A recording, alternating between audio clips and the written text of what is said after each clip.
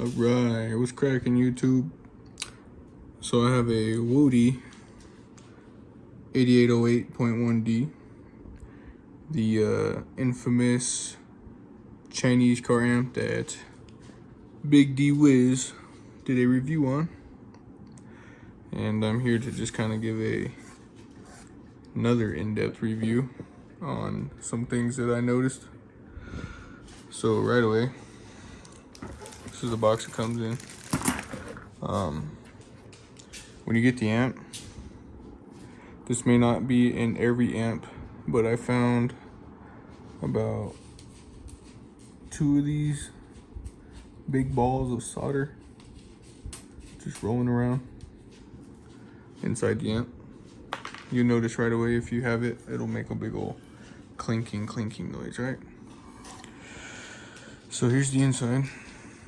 You guys have all seen this on Williston Audio Labs. It's a very nice amp. I mean, it's pretty small for what it is. I'm probably gonna add some zip ties on here. Just kind of secure a couple things. I might add some hot glue into these. Right here.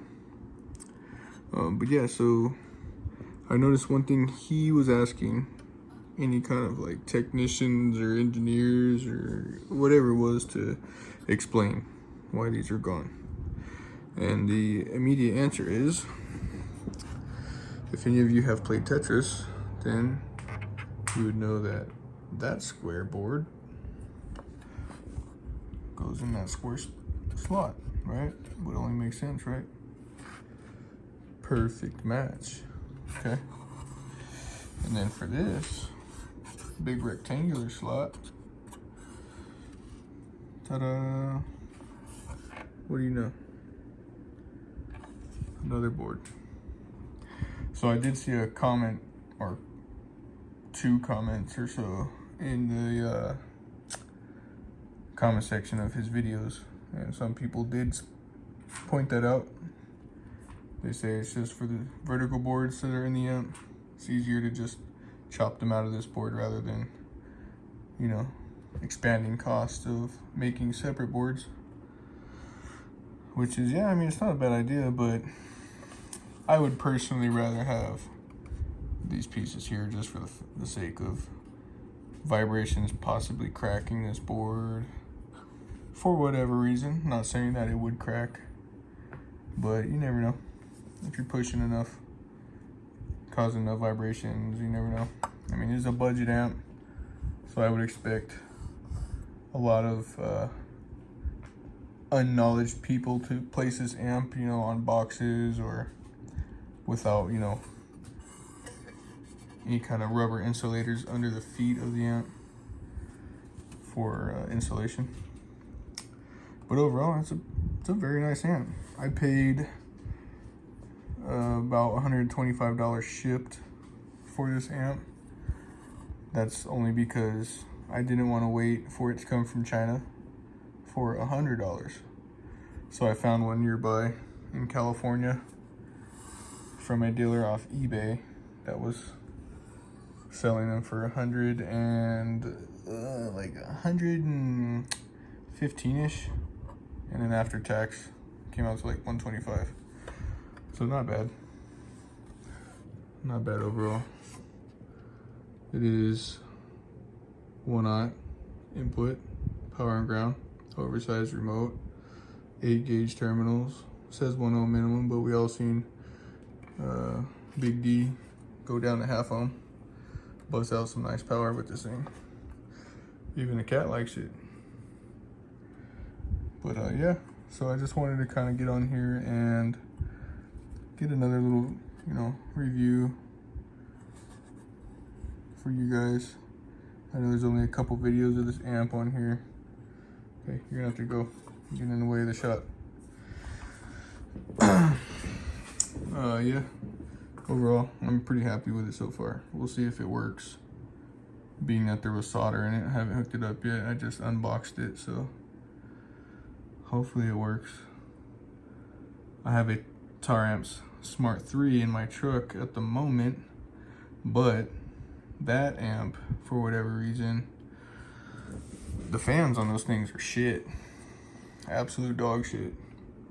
The fans, well, one of the fans on my amp, for whatever reason, broke.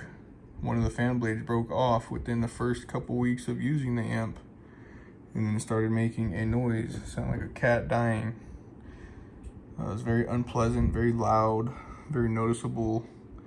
Anytime someone got in my car, it made that noise, and they're like, "Oh, what's going on in your car, man? It doesn't sound too good." And I'm like, "Oh, it's just my amp that I spent $320 on. Nothing big though." And then a couple months after, the other fan just stopped working entirely. It has all its blades. It seems to be intact, but there's no output from the fan. So I don't know, I contact Tar Amps. They told me just get them the serial number on the amp, and they'll see what they can do for me.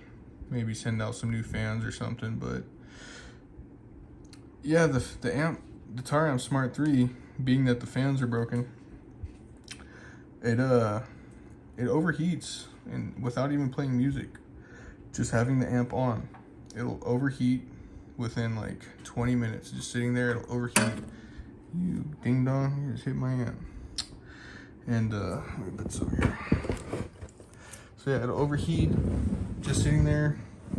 I'll play music sometimes when it cools down. It'll play for a couple minutes and then it'll shut off again. I don't know if anybody else has had this problem.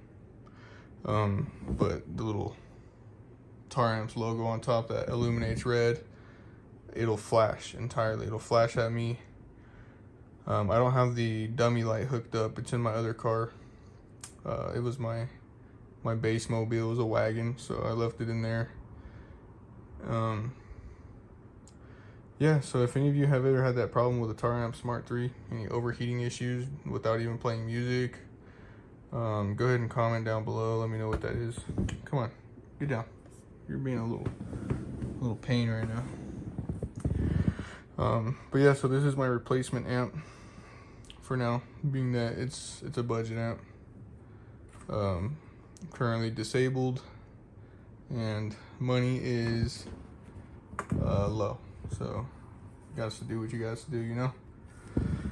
But yeah, hopefully you guys find this video somewhat helpful or just interesting to watch, because I know I like to just look at amp guts. So get a little shot of these. What does that say? Buow wow capacitors. It says 4700 microfarad, 80 volts. So I mean, I've never heard of that brand, but all these other ones.